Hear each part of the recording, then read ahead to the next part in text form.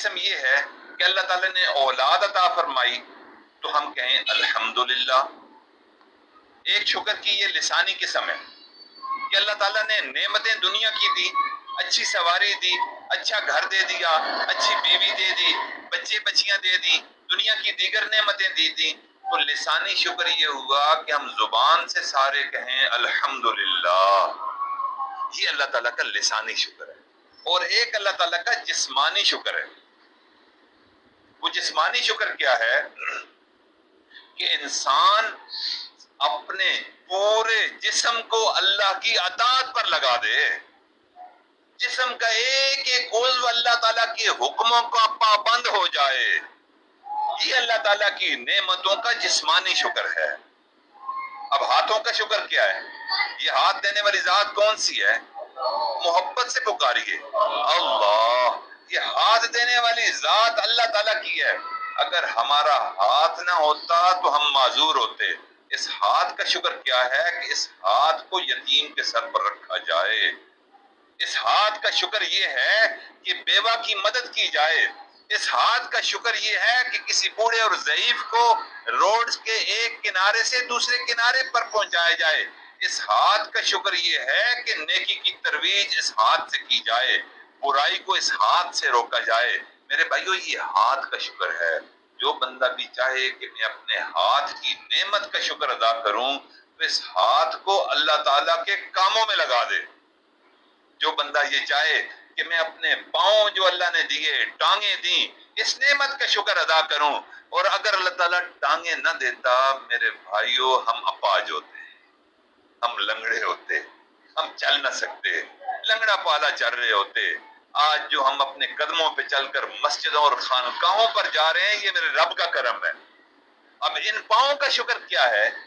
ان پاؤں پہ چل کر ہم اللہ تعالیٰ کو راضی کرنے کے لیے مسجدوں میں جائیں. ہم ان پاؤں پہ چل کر، قدموں پہ چل کر تبلیغ میں وقت لگائیں. ان پاؤں میں چل کر ہم خانقاہوں میں جائیں، اللہ والوں سے ملیں. ان قدموں پہ چل کر ہم غریب کی مدد کو پہنچیں. میرے بھائیو، یہ قدموں کا، پاؤں کا یہ شکر ہے. میرے بھائیو، یہ شکر ہمیں ادا کرنے کی ضرورت ہے، لسانی بھی اور جسمانی بھی. اسی طرح جسم کا ہر روز.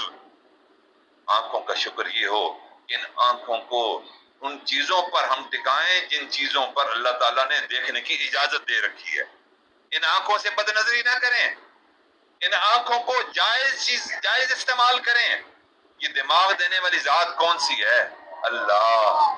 اگر ہمارا دماغ نہ ہوتا ہم پاگل ہوتے. لوگ ہمیں منہ نہ لگاتے، اپنے پاس نہ بٹھاتے کہ یہ پاگل ہے.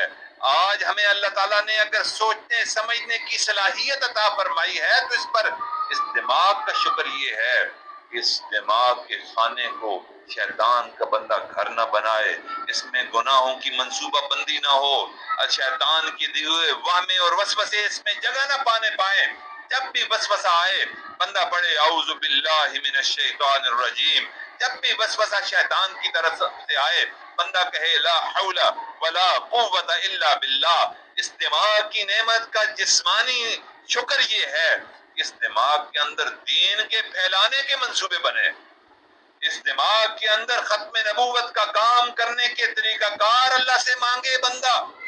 اس دماغ کی نعمت کا شکر یہ ہے کہ غریب کی مدد کے لیے منصوبہ بندی کی جائے.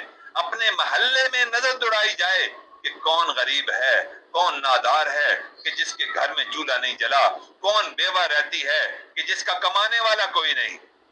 میرے بھائیو، یہ منصوبے ذہن سے بنے تو پھر اس جسم کے ہر عضو کا شکر پھر تبھی ہوگا کہ جب اس سارے جسم کے ساتھ ہم اللہ کی تابعداری میں آ جائیں گے، اللہ کی غلامی میں آ جائیں گے. ان سارے اعضاء کو اللہ تعالیٰ کی ملکیت ہے اور اس کی ملکیت میں دے دیں گے.